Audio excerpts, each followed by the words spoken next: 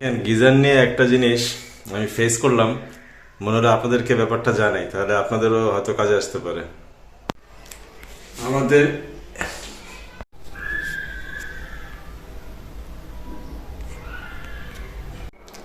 আমাদের এই যে উপরে গিজারটা দেখা যাচ্ছে,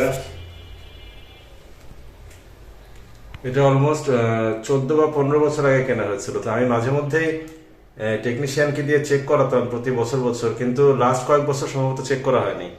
তো যেটা ঘটেছে, কয়েক মাস যাবত আমি দেখতে পাচ্ছিলাম যে, দেখেন একটা জিনিস, আমাদের ফলস ছাদ এখান থেকে, এই যে ফলস ছাদের থেকে রঙের আস্তরটা এরকম খুলে খুলে পড়তো। তো আমি বুঝতাম না যে ড্যাম্প হয় কিভাবে এখানে। তারপর আমাদের রুমের ভিতরটা একটু দেখে আসেন, এই যে এই ওয়াল সহ ড্যাম্প হয়ে গিয়েছিল। এবং এই জায়গাগুলো আমি আর বুঝতাম না, আমি ভাবতাম বৃষ্টির পানির কারণে নাকি এখানে পানি আসে থেকে। গতকাল যেটা হচ্ছিল, আমাদের মিক্সচার কলটা হঠাৎ ভেঙে যায়, নতুন একটা কল লাগাতে হচ্ছে। তখন আমাদের বাসায় স্যানিটারি মিস্ত্রি আসে একজন। তো তখন আমি তাকে বললাম যে আমাদের গিজারটা একটু চেক করে দেখেন তো, মানে কি অবস্থা। পরে সে আমাকে বলছে যে, ভাই আপনাদের গিজার তো দেখতেছি যে উপরে ফসেটের উপরে অনেক পানি। তাই আমি বললাম যে তাহলে কি গিজার লিক করলো নাকি উপরের কোনো কানেকশন পাইপ টাইপের সমস্যা।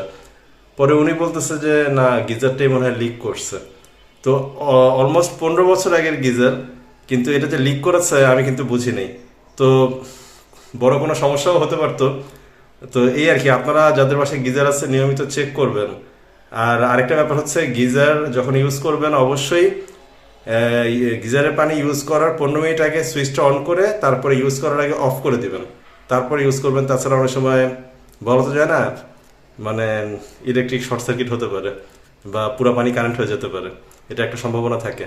যাই হোক, তো এখন আমি যাব ওই গিজারের দোকানে, সম্ভবত টেকনিশিয়ান নিয়ে এসে চেক করবো। যদি এটাতে প্রবলেম থাকে, এটা হয়তো ফেলে দিব, এরপর নতুন আরেকটা কিনবো।